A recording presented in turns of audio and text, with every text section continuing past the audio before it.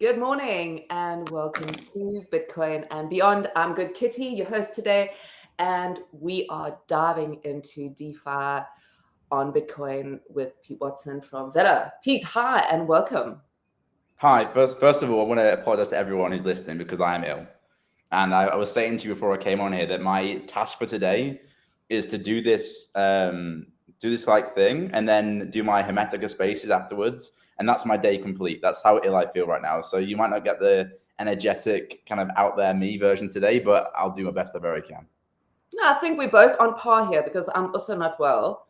So, and this is also, I'm only doing two things today. So actually, this is going to be awesome. We're going to both be laid back. We're both going to just be like talking about illness. Standard life. Yeah, I think in Web3, right? Always the way. Like, there's always something. This is the thing that I've always noticed. There's always something, and you can work stupid days, stupid hours, constantly all the time, and eventually it catches up with you. And I think the last 2 weeks I've been just doing too much, honestly.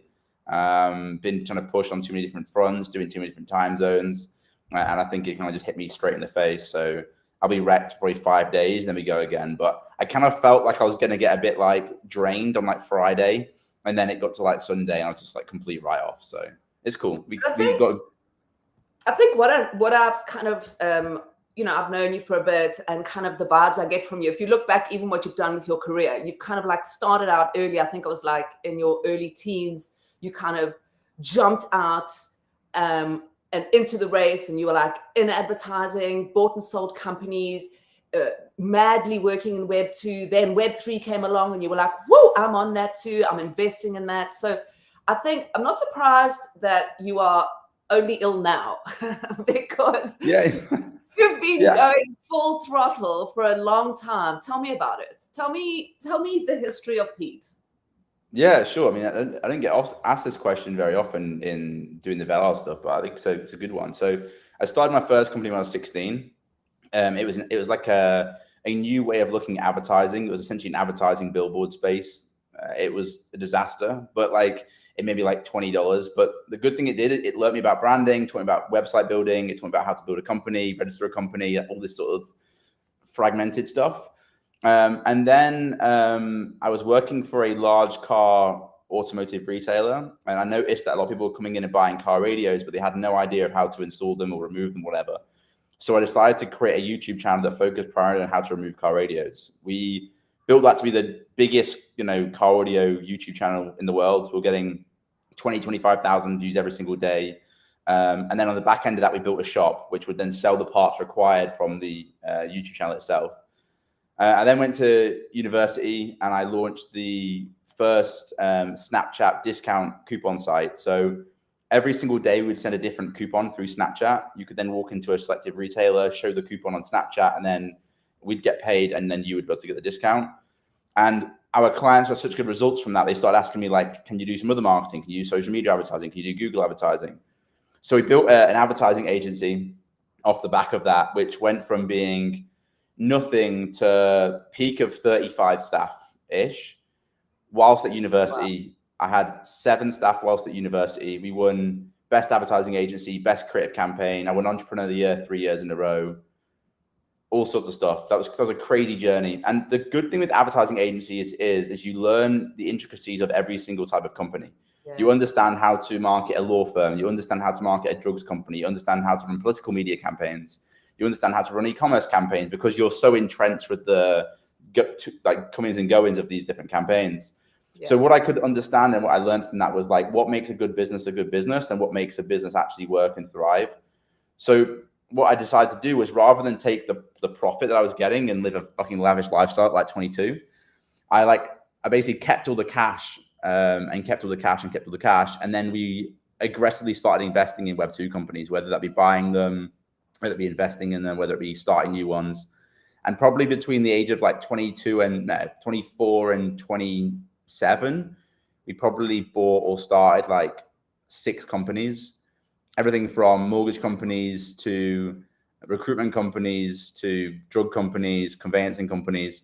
But the concept was very much finding boomer companies, like boomer businesses, and then innovating on top of them. So one of my most successful companies right now is a law firm. We bought it from administrators in 2020, 2021. And we very much just focused on innovating the tech layer on top of it. We basically pulled down our costs and increase our margins and hire some better people. So that's what we did. That's how we made our money. Then we sold a few companies. And then I moved to Dubai to retire, basically, at 29. I thought I'll come to Dubai. I've worked too hard since 16. I want to just chill now.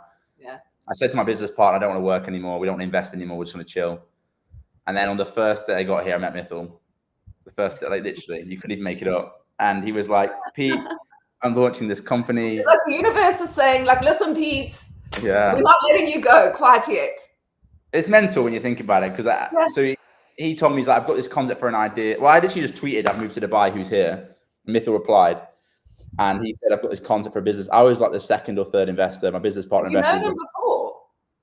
No. Maybe replied to him on Twitter a few times. Do you know what I mean? I don't know. But like. So you'd only known him from Twitter? Yeah. And it all started from there. Isn't that incredible? Yeah, this is mental. I literally just tweeted, like, who lives in Dubai? I've just moved here. And he was like, oh, I have. Let's go for dinner. Obviously, I had no friends here. So I was like, I just want to make friends, you know? Yeah. So he took me to an Iranian restaurant. We had a good chat. He told me about what he'd been doing.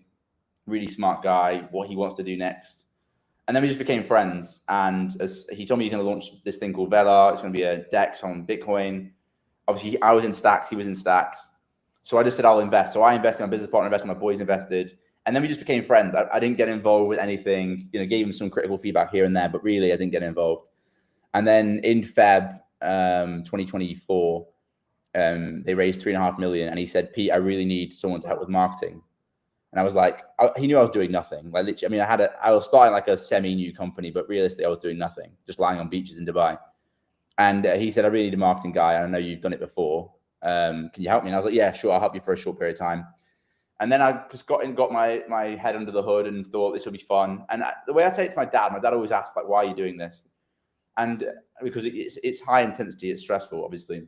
And I said, it's the biggest challenge of my life because I've won, and this is not, I don't want to sound egotistical. I've won in pretty much every other sector in some realm, whether it be an advertising campaign for the charity sector, like best marketing campaign, or whether it be entrepreneur of the year, or whether it be buying a company that was failing and then it being successful. I've kind of like won in other areas.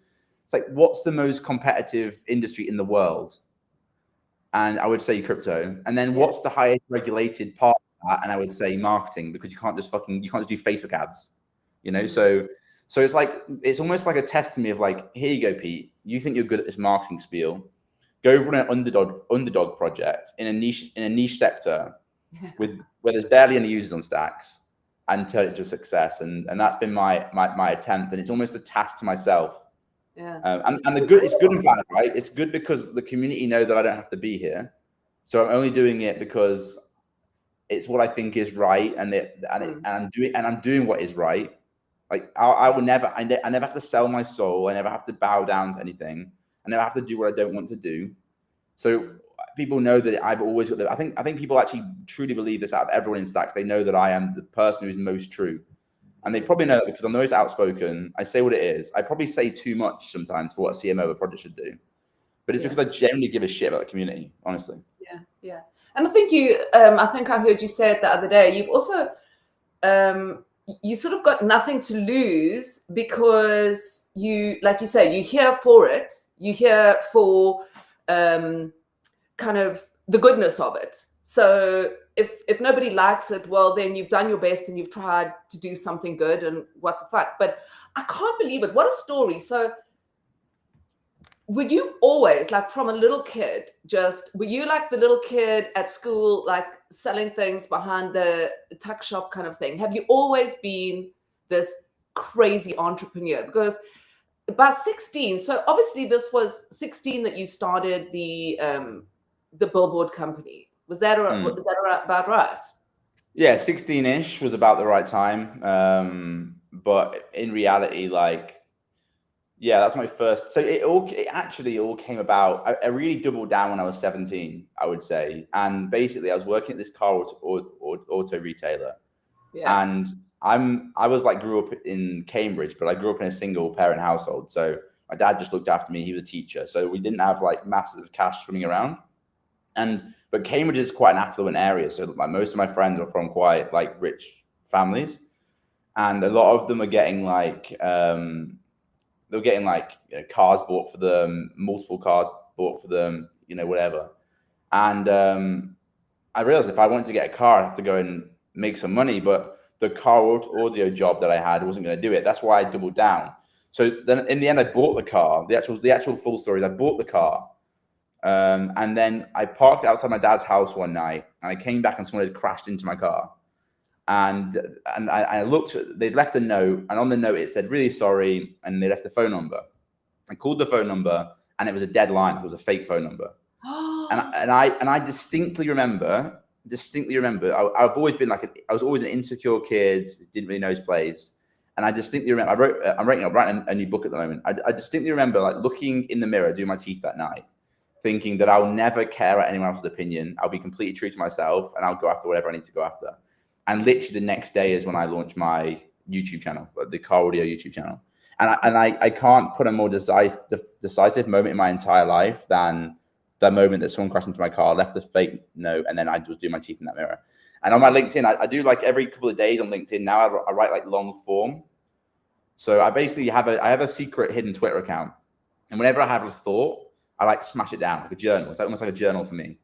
And then on LinkedIn, I'll then long form it. So if like, I'll give you an example of like one I wrote the other day that's on like LinkedIn. Like this is all shit that people don't know in crypto realm, right? Like, so I did a tweet on my journal account called "We follow ambitions dictated by perception, not by passion." And basically, my point was, I think that most people do things because they want to look good rather than the things they actually want to do. Yeah, like they're doing the things that they think other people will be proud of them for, but it's not actually indulging themselves. So that's what I did, and then I like write like long form about what I actually meant on this. I do this on LinkedIn like every 2 days or something. Do you and is that on your actual LinkedIn? Yeah, that's my actual LinkedIn. Like so the quote. Kind of okay, so you almost, it's almost like a little note to self on your Twitter. Yeah. And then you take it and you turn. So you said you were going to write a book, or you are or you have written a book as well. I've written a book already. So the book I've written already was about personal branding. I wrote it in 2020, 2021. It was a bestseller for all of 3 days. Excellent. Yeah, I'll take it. So it's about personal branding, and the idea essentially is that it's easier to brand an individual than it is to brand a company. And basically how I did it, because that's basically how I built my whole career and all my companies, was branding myself. Yeah. There was a period of time where I had a full-time cameraman doing videos, did like 350 videos. I had a podcast of 200 episodes, had a book, all sorts, did speaking events all over Europe on marketing and go-to-market strategy. So I did the whole building myself as a brand, which definitely was the secret to how we grew the agency so quickly. And so I basically wrote a book about how I did it and why everyone else should do it, which did pretty well. So this second book though is more going to be about like philosophy and life, and it's going to take me like 5 to 7 years to write it, because I've got to go through like multiple different parts of life to be able to get a good system. Like I want to be able to like go to like chapter 7, which is on like, I don't know, relationships, and then have like decent quotes and decent like segments on like relationships. So so you can't really do that until you've had ups and downs of relationships. You know what I mean? You can't really do that until you've had highs and lows. So, like that's kind of what I want. At the moment, I think I've written like, have a look. Let me have a quick look, see how I've done. Because I'm writing it in at the same time. I'm currently at, how to do it, file. I love to hear this about you. And I don't think really many people at all know that you are so philosophical and that side of you, because you are an aggressive businessman. You go out, you say exactly what you think. As you were saying earlier, that's what you do. That's Pete. And I think that's why people respect you. That's why people follow what you're doing. Even this campaign you've started, which I want to talk about just now on Stacks, it's like wildfire. And, so yeah, I'm fascinated to hear about this side of you. I'm so happy to be talking about it and then sharing it. I love it. I love it because I'm a writer as well. So yeah, it's tough because like obviously whenever I go on to anything about crypto, everyone just asks me about crypto stuff, and that's fine. I don't mind. So when you ask the question about tell me about you growing up, like it's different. Like no one asked that question anything to do with crypto. So yeah, I mean my life has been like an interesting play around life, like. it's been a wild journey, and like I said, this is just like a chapter of what I've gone through, and I don't know, like I'm loving what I'm doing now. I think it's a very, very high stressful environment. Obviously, everyone is working to try and do the best thing for everyone, ecosystem, community, and stuff. But yeah, it's fascinating. It's fun. So tell me about the book. How many pages or words or whatever it is? How many? Well, the new one or the old one? No, the new one. How do I do this? Is it format? How do I find out how many words I've got? Oh, spelling, grammar, word count. Here we go. So far, 7,777 words so far. Wow. But my old book, my old book, I don't even think it had that many words. Actually, I don't even know how to find it. My old book was a quick one. Someone bought it actually today. Like someone messaged me and said, "What's the name of your book again?" So it was a cool little book. I enjoyed the process of writing. Can we? Let's tweet about it. Let's tell people about it. It's interesting. Let's get it into an NFT. Yeah, I mean, like it's interesting. So when I came as CMO for Velar, I did a few things. I hid all my old videos that I had from building my advertising agency, because I literally, if in the future I'll unhide them again, but essentially you could see me from when I started the ad agency pretty much to not when I sold it, but like let's say like 2/5 to 4/5 of the journey. That makes sense.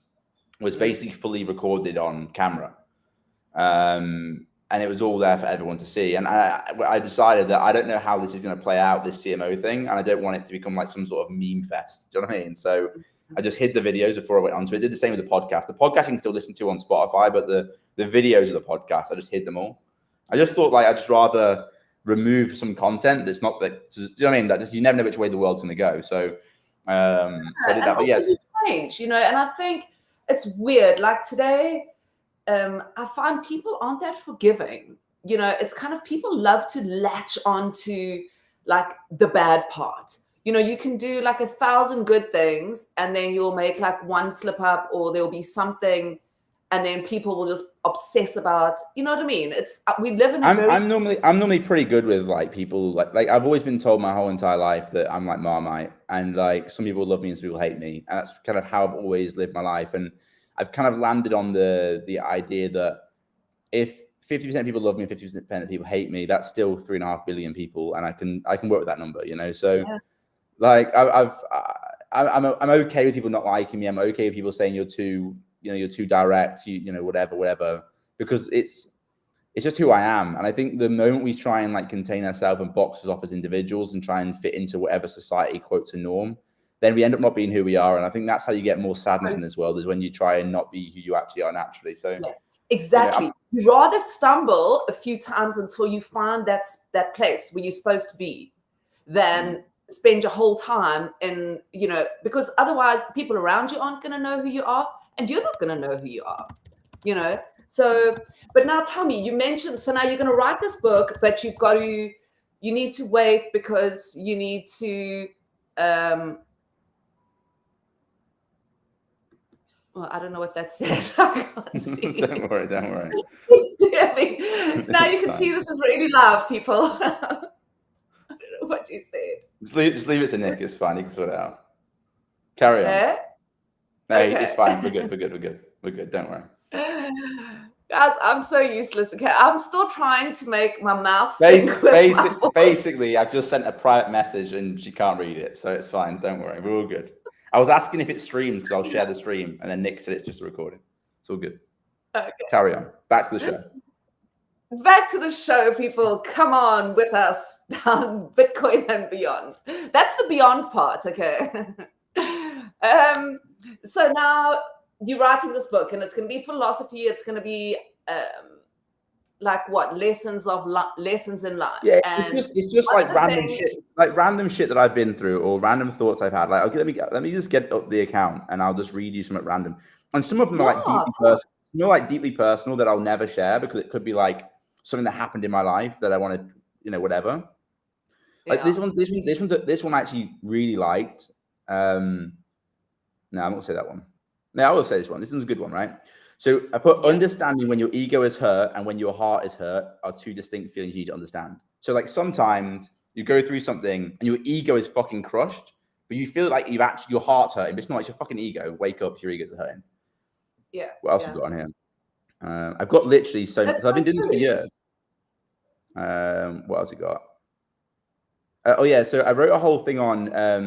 I wrote, "Are you trading something priceless for fictitious gain?" And I think too many people try and like. Cool. Yeah, like I think it's like a deeply like philosophical thing of like some things literally you can never buy again, but you can never take these again. But you're trading those things for something that you believe is true, but you can never get back. This one. So I actually broke up with a girl by saying this, which is interesting, and I wrote it down, the quote. I put, "Don't roll the dice if you have a 5." And basically what's happening. Don't roll the dice if you have a 5. Yeah. So basically, I was with a girl. And she was meant to move to Dubai. Like we'd been dating for like 2 years, 2.5 years. I was in Dubai, she was in the UK, and she said to me like, "I'm really worried about moving to Dubai. I have a really good life here in the UK. La-di, la-di, la-di, la-da." And I said to her, I was like, "Look, I understand it all. You shouldn't roll a dice if you have a 5.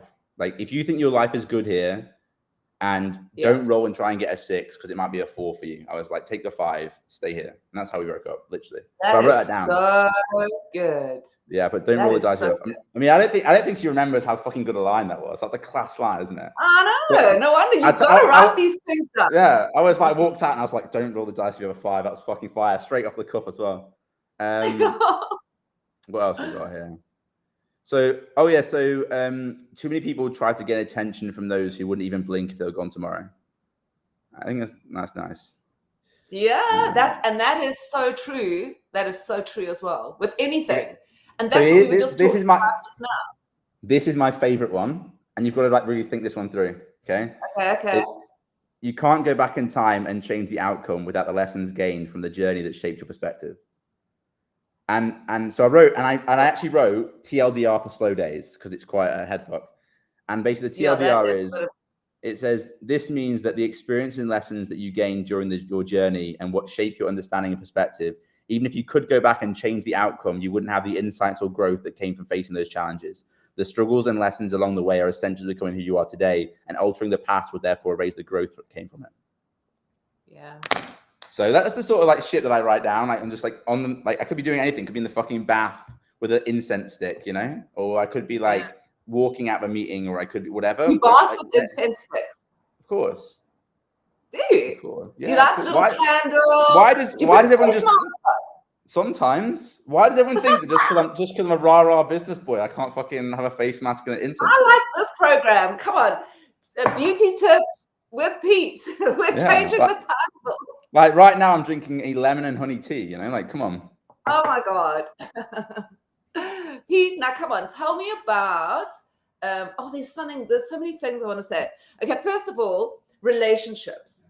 Okay, you said now you've got to go through a whole bunch because you seem that. I mean, that was pretty sort of like. Don't roll the dice if you've got a 5. I mean, that's pretty like. Fuck you in a way. But now, are you like a loving boyfriend? How many girlfriends have you had? Yeah, we're getting into all of it. Marriage. So all the girls are going to want to know. So I may as well just ask you. Then anybody watch that, all the girls can see if they're watching. Yeah, like I'm single. I was on another podcast like the other day, and it was like one that was like more business related than crypto related sort of thing. Like it was it's probably out there on the internet somewhere. And I said it. I put this sort of stuff on my LinkedIn more than my Twitter account because it's kind of don't see the relationship sometimes. But I said that all I care about right now is working and investing for a better future for my future wife and future kids. That's all I care about. That's literally all I care about. I care about nothing else at this point. Because that's the only chapter I have left to like tick in my head is like setting up my future family. I've had two girlfriends. It's more important than people realize. I've got a family. I'm married. I've got a 13-year-old boy. We have a house. We have 2 dogs. And these are kind of things that he's going to high school next year. I want to send him to a really good school. That is like that. That's what I want to do with my life. I can't imagine a greater joy than looking at my child one day and going, I've given you a leg up in life. And, interesting what you were saying. I also don't come from much. And it's kind of like, I almost don't, for me, it's more like what I can give my child. That's what it's sort of come down to. And so I think it's so important. I tell that to my son, you work until you don't, I look at people who are like in their early 20s having kids, and I'm like, this is just a crazy thing to do, because I remember there was one guy, like he saw the trailer of that podcast and knew that I lived in Dubai, and he wrote something on the lines of like focusing on materialism rather than the things that really matter, like family. And I said, bruv, watch the fucking podcast. And then the guy who interviewed me literally took the snippet where it said, all I care about is my future family, like wife and kids. And he was like, oh, I'm sorry. I'm like, don't fucking say shit. You don't know it. Like, I'm so open about that. So, I mean, I've had 2 girlfriends. One was a 7-year relationship. One was a 3-year relationship, or like 6 year and 3 year or something. Both were great girls. I have nothing bad to say about either of them. Both very different people, both amazing girls. Both definitely supported me in my journey and like helping me get to where I needed to get to. Just didn't work out. Like, it just is what it is. Like, long distance definitely hurt the second one massively. Like, I thought it was a decent enough relationship for the first year and a bit, and then as soon as I moved out here, she wanted to stay for a little bit longer, and then we couldn't move out for various reasons, and it fizzled out. But and there's nothing worse than being lonely in a relationship or alone in a relationship. Facts. Because it's like, well, I can't go out, get wasted, and by mistake end up with somebody. True.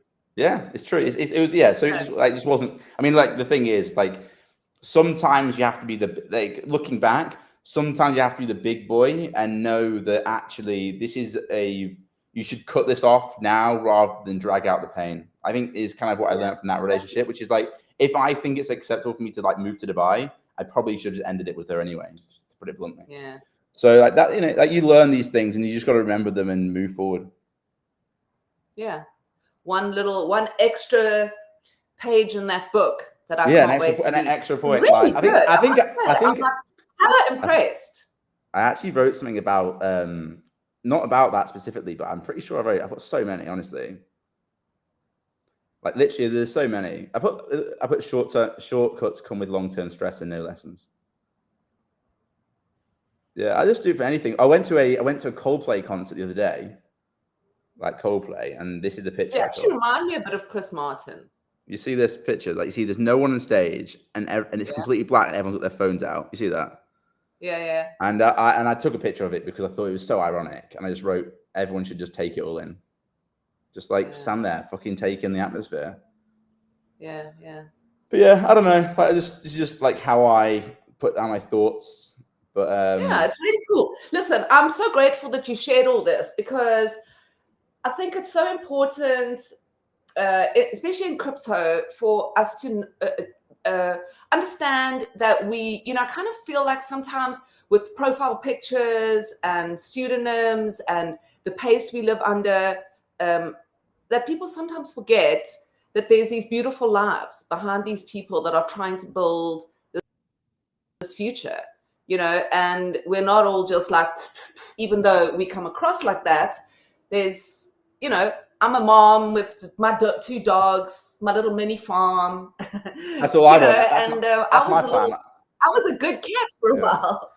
Yeah, I think everyone's in their position they are for different reasons. Everyone's doing what they want to, what they're doing now for different reasons. I think most people are good humans. Most people have the right intentions. And this is kind of why I'm so open to everybody, because I want people to really know that my intentions are clear. Like, trust me when I say this, I will never do anything in this ecosystem for my win over your win. Like trust me when I say, like, never. There's no point for me. I'll be honest. There's literally no point.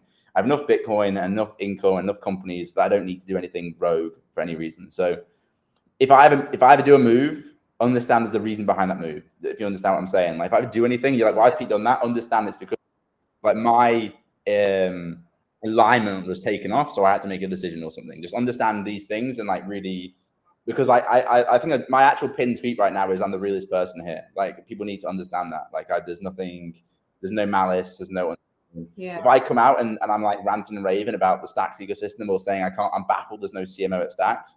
Like, I'm only saying that because I think that the people need to know this shit. I don't mean to insult anybody who may be threatened that I'm saying this. Like, because I think that for the masses, for the majority, it is net positive for me to say these things. And I do think I do want to talk about that because it's interesting, but this is called DeFi liquidity on Bitcoin, and all we've spoken about is philosophy and feet growing up. So let's. You've got the biggest exclusive on this whole. You've got the biggest exclusive on crypto Pete ever. Like, no one's ever asked me these questions in crypto. I know. I so tricked everyone. I've got a few really close friends in this ecosystem now who know me like on a deeply personal level, and all of them say that, and this is the real me, like this is the real me. A lot of people say you should be more like you, like how you actually are to be with personally than you perceive yourself, like you're perceived on crypto Twitter. And like when I act in the business world, I'm very direct and to the point. And then when I'm personally, I'm very laid back, like I'm very chill, like smoke some shisha, chill with the boys sort of vibe. And I don't know, and some of the people are like, do you put this on? I don't put on the split. It's just how I think it's how I split my life up. Like, I think it's how I like separate stress from peace. You know, like that's my persona for when I need to get shit done. And this is my persona for when I'm calm, because growing up and having to be able to like walk out of a, I don't know, cash flow being shit, or like making a bit of investment, which maybe have a bit of squeaky bum time, whatever it was, being able to like differentiate business and life from the age of like realistically 18 upwards.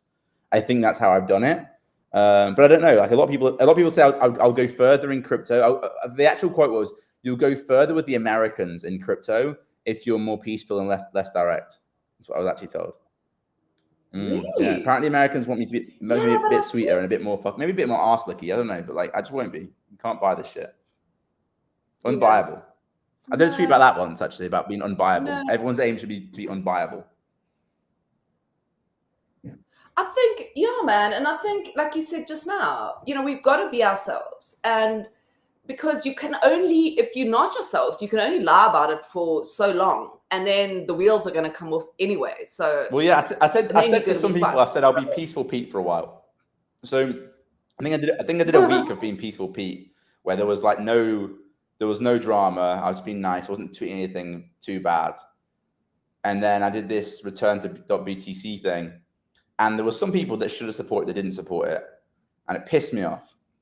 So peaceful Pete disappeared. Yeah.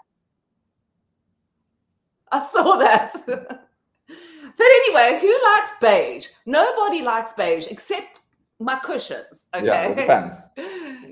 But it depends. It depends on what you're trying to go for. You know, like I think in some cases going in and having a peaceful mindset and not causing too much chaos works in some scenarios. Like if you're trying to get something done. So like for example, when I sold my hair loss company, we were going back and forward on negotiation. Hair loss company. Oh my God, we need like a 2-hour special. Yeah, it's called Unthin. We built a drug company called Certified Health. Really interesting. I mean, if anyone wants to understand like how business works on like a fundamental level, so I had this ad agency. I had a client come. We were doing the branding and marketing for a pharmaceutical consultancy company, and at the end of it, I always ask the client when I've been involved. I'd always ask the client like, "What's your next plan? What's your grand endeavor? What are you working towards?" And these boys said, "My big plan is to build a paracetamol manufacturing plant." And I said, "How much money do you need?" And they said, £2 million. And I said, "No, not for me." And then they said, "Oh, the other thing, tell him about the hair loss thing." And he pointed at his own head and went, "This hair isn't natural, it's paid for." And I went, "What do you mean?" He goes, "I created a drug that has regrown my hair." And I was like, "Bullshit." We're in the middle of a restaurant, like in the middle of the UK. I was like, "Bullshit." And he went, "No, it is true." And basically there's a drug called minoxidil, which is like a drug you can take for hair loss. And there's a drug called finasteride. And the problem with finasteride is if you take the tablet, it goes through your body and it can cause side effects throughout. And some of the side effects can be like low libido, depression, like lots of other stuff. But if you turn it into a sprayed formula and you spray it directly on your head, it absorbs only into the scalp, and therefore you don't have any side effects. And he basically had turned this tablet, this finasteride tablet, into a solution, mixed it with minoxidil, and turned it to a spray. Wow. And I said, "Well, can I buy it? Can you buy it?" He said, "No, you can't." I said, bro, let's make this a fucking business. So I said, you do the pharmacy, the manufacturing, the drug. Me and my team will do the branding, the trademarks, the licensing, all the marketing and BD stuff. Done. Within 12 months, we were like, well, 12 months after launch, not from that conversation, we were like one of the biggest hair loss drugs in the UK by far. We were asked to go on like the Shark Tank of the UK. It's called Dragon's Den. We were like on. I know Dragon's Den. God, yeah. What Theo Petit-Fit. Thesis. Yeah, Steve's on there as well. Like, so yeah, we grew it massively. Anyway, we got to a point where we started having disagreements in the direction of the company. So I said to them, go raise some money and come to me with an offer, because there's no point. If you're 50-50 and there's disagreements, I mean, this is another lesson, always have 51% because it's the exact scenario. So 50-50, I said, go raise some money, come back to me. And they came back to me and they gave me an offer and I said no. And then I said to them, this is where the beige comes into it. I said to them, we're going to meet in Manchester in this bar. We're going to light a cigar. And if we haven't done a deal on this, when this cigar runs out, there's no deal to be made. Right? So we walk into the cigar lounge. We light this cigar. I mean, you're like 45 minutes to an hour maybe on the cigar. Think of the pressure on him, not me. I don't care. I can say no. Or that cigar getting lower. And if it gets there, there's no deal. So that's so mean and stressful. So it was fine. Worked for me. We got the deal done. All done. So beige is sometimes good. That's incredible. Yeah. Okay. Learned another lesson, guys. Get yourself some. Get a cigar. The cigar meeting. That's a good one. Cigar meetings are really good. Another thing. No, honestly, and they work in all. If you've ever got an awkward conversation with somebody, you have to have like a really awkward conversation. Just say, I want to bring something up with you. Like, it's a bit uncomfortable. We'll do it with a cigar. When the cigar runs out, we're back to being friends again.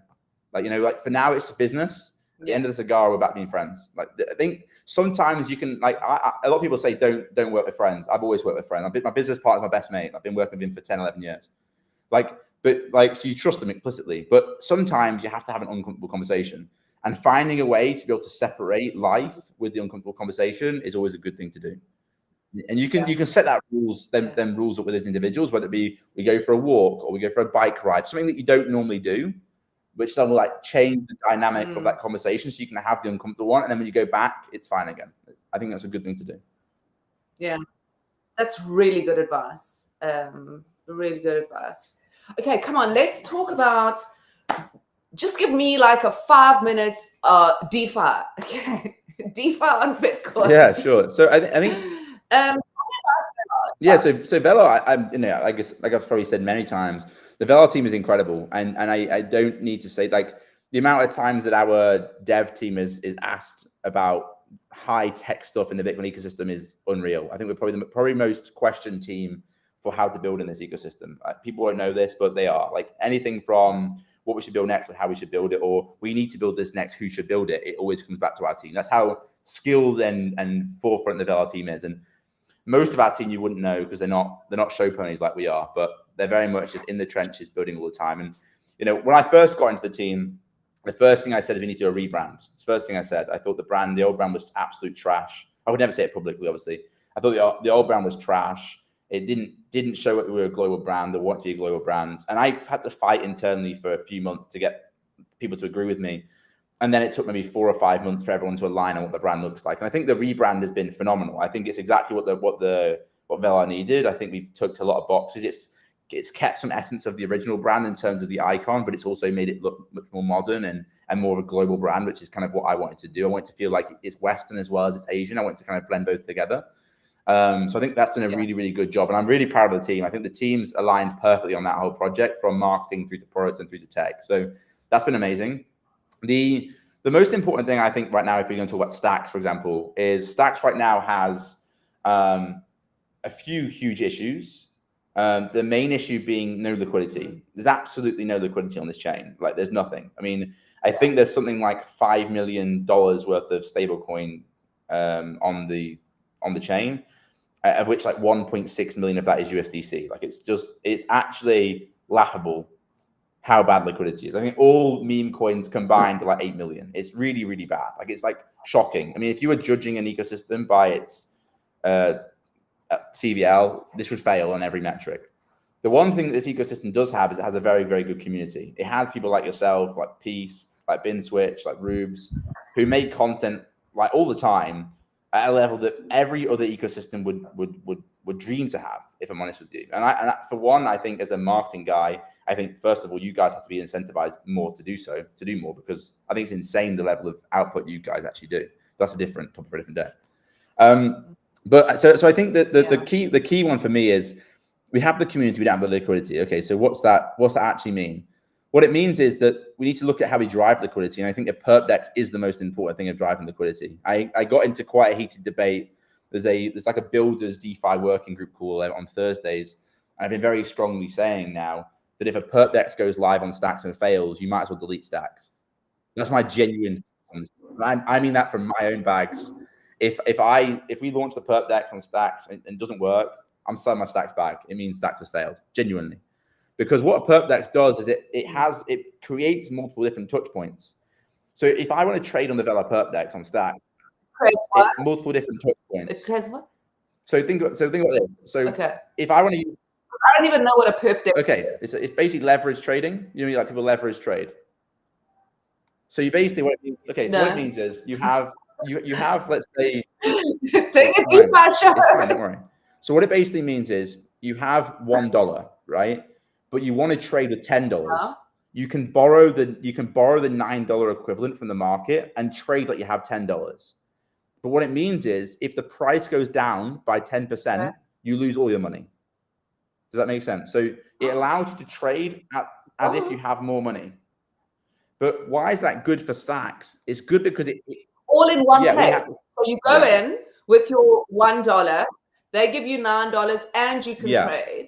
But the minute it drops. Yeah. So if you're guessing the price goes up with 10x leverage, $1 to $10, and the price goes down by 10%, 10x, you lose all your money. But if it goes up by 10%, you double your money. That makes sense. That's kind of how it works. So that's big bull stuff. It's big bull stuff. But perp DEXs, they literally are the entire volume of the entire crypto ecosystem. Like if you go to every single major chain, the biggest volume comes from the perp DEX. It is like the bread and butter of crypto at this point. And because of that, when it comes to Stacks, which it will be coming in about March, if it fails, it means Stacks has failed. This is my whole point, because it is the underlying protocol for every ecosystem. You know, you go to Solana. And that's Velar. Yeah, it's built. It's ready to go. If you go to perpdex.velar.com, you can see it now. Yeah. But now, how do we make this work? That's why you're driving this marketing. You know, that's why it's so like, okay, we've got to fucking start marketing, because we need people to be coming. Why are people not? I mean, we had this. Do you think that Stacks relied too much on the tech that they were bringing out, that would make a big enough splash that they didn't need to market? Or do you think they just don't know how to market? I think if you have a company, let's just say company rather than in Stacks, if you have a company without someone's whole job being to focus on direction of travel, aligned mission, and collaborative approach, which is what a CMO does, how can you win? Like, how can you win? Like, Manib's not going to do it. Yeah. So then you look at Mitchell. Mitchell is basically so in the trenches with everything else, so he can't do it. Then you look at Rick. Well, he's doing like the day-to-day marketing, right? You need somebody who is in this middle point, who communicates. The strategic, somebody strategic, somebody planning. I mean, like, look at my job in Velar. Like, do I work constantly every single minute? No, a lot of my time is thinking of things like return to BTC, or I've got another thing coming out in the next few days, which is about an ambassador program, a Velar ambassador program, which is I'm trying to think of a unique way of doing ambassador programs where we actually reward content creators for creating content, which is actually what Stacks should be doing with people like you, right? I've just done it for Velar. I mean, I'm baffled by it. I mean, I can go on a massive rant about how it's the strategies I'd be doing for Stacks. I mean, like it's almost piss easy for me. Like, I honestly, return to BTC and return to apes, I genuinely thought about it in the shower. I don't shower for hours. I shower for 10 minutes. Do you know what I mean? I was like, what do? We align the community. You know, like, it's not fucking rocket science. It's like, because when someone is a CMO and their whole job is to come up with creative ideas, and I've worked in an ad agency for 10 years, you have a client come in, you're like, fuck, I've got no idea what the fuck I'm going to sell them today. Like, genuinely. And they sit down and they go, oh, so the problem we've got is we aren't selling enough tents, right? And I go, okay, cool. And I've got to come up with a campaign strategy in that half an hour, right? And I've got my creatives kicking around me, and I'm like, I'm the one with the ideas, like. So when your whole job in life has been you're basically paid for your ideas, which is what I basically have been. This stuff comes naturally to me, but there's no one at Stacks that does that. But it's not just the ideas; it's how the ideas align to the wider mission. I don't think they really understand the wider mission. We keep hearing over and over again, meme coins anchored to Bitcoin. Okay, who really gives a fuck? Like, let's be realistic about it. If we remove our bags from the fucking equation, which I've got too big of bags and Stacks at this point. If you remove our bags from the equation, we go, wait, it's a meme coin.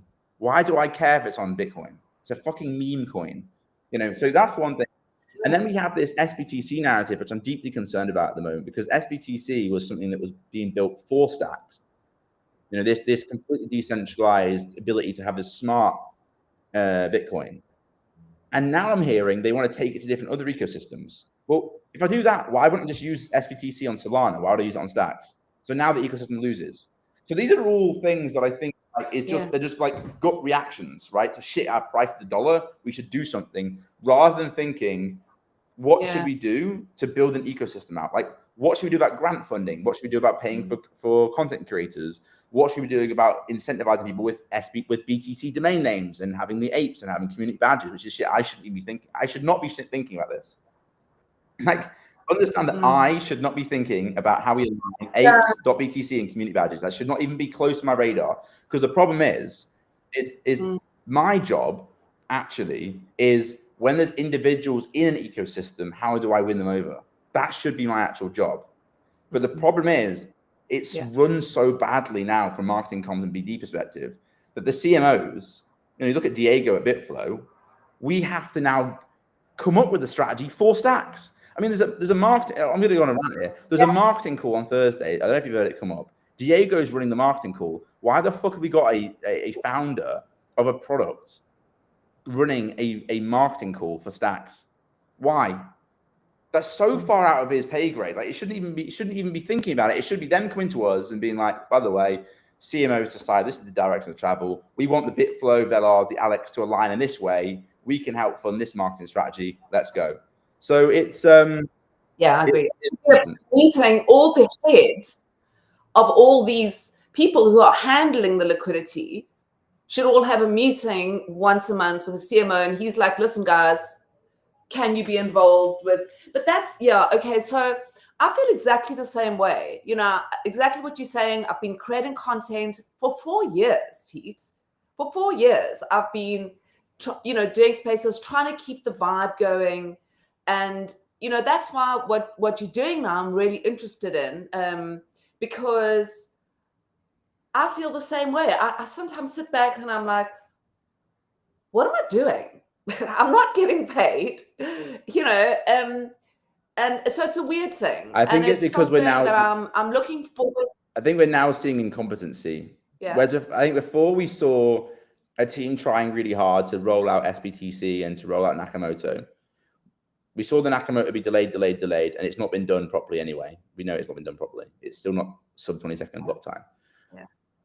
So you get people who are loyal. I mean, I've never seen a community so loyal than Stacks. All crypto. This is the most loyal ecosystem play I've ever seen in my whole. I've been in crypto for 7 years at this point. I've never seen such a loyal community. So you have to ask yourself, why are people like me deeply frustrated? Why are you frustrated? Why is everyone else frustrated? Why is Jack Binswitch now talking about Solana, which is when I saw that tweet from Binswitch, I told him this to himself. Yeah. When I saw Binswitch tweet about Solana, I thought, if I was Stacks, I'd be on the phone to him. I'd be calling him. And people be like, well, you can't call every community member. Yeah. Well, yes, you can. As a CMO, you'd have a list of 25 of your biggest, they're called KOLs, key opinion leaders within your ecosystem. And if you see any of these 25 people saying anything negative, sentimental about Stacks, you call them up and you go, JB, I've seen you pushing Stacks at Solana right now. First time I've seen it in 6 years from you, bro. What's going on? Right. And then you get community feedback, real community feedback that matters. And you start actually being able to solve some of these issues, because I don't think, like, in our team, we have a chart what's this person saying about us? What's this person saying about us? And you should be sitting there in a monthly meeting and going over the sentiment analysis of the people within your ecosystem. That isn't happening at Stack. I can tell you one, because I'd have had a fucking phone call because my sentiment analysis would be on the fucking floor right now. Yeah. But now, who is speaking to Manib? Who is speaking to the decision makers that can say, right, we're setting aside, because, you know, the problem is, and I wrote an article about it, and then I wrote a whole bunch more. It's really been on my mind is governance. And I kind of feel like that's where we've got to start. You know, any company doesn't just have a whole bunch of people all over the show and they go, okay, let's run this. You know, and decentralization doesn't mean isolation. It doesn't mean all of us can just scatter and you know, let's see where the marbles roll, and hopefully they'll all roll in the right direction. And I don't think we've, you know, it's like I keep coming back to this, and you know, we need better governance. We need leadership. I mean, I've got to shoot in a minute. We've got this other spaces starting now, but my summary of it all is, I think we have corporates running a non-corporate industry. And what I mean by that is this industry, this ecosystem should be run by entrepreneurs that are in the trenches. I mean, of course, you should have some corporates around to make sure there's some form of structure. But I think we don't have any corporate. We are run fully with corporates. I don't see one entrepreneur in the whole of Stacks, as in at the foundational level. And because of that, you won't get any creative thinking. You won't get anything that's going to drive the ecosystem further forward. You're going to get corporates doing what corporates do. And what the corporates do, they talk a lot. They talk a lot and get nothing done. Resh, who's my head of partnerships, keeps telling me that he's baffled when he gets on a call with me, because I'll get a deal done in the first call. First call, deal done. Like I'll be on a call with Xverse, 20 minutes, deal's done. And I'm like, well, I get on the call. I say, what do you want? What do I want? Let's get the deal done. Whereas fucking talking, I'm bored of talking. So that's my summary of what I think is wrong. And I think a CMO, I will keep bringing up when CMO forever, because it's the most obvious hire right now. But I've got to go. It's 1 minute past 8. I'm late to this spaces, but I actually really enjoyed this. This was a really good chat. It was nice to talk about other things than crypto as well. Like really, really nice. Thank you. I really enjoyed it as well. Thank you so much for joining me, and I hope we can do it again sometime. And I feel like we've got so much. I had so many things I wanted to ask you, never got around to. We can just do another one soon. Like there's no stress. Let's just book another one in and we'll get it sorted. Yeah, awesome. All right, Pete, have a beautiful day. And thank you very much. And everybody, thank you so much for watching. Join us on Thursdays, 12 p.m. ET, Bitcoin and beyond. Thank you very much. Cheers.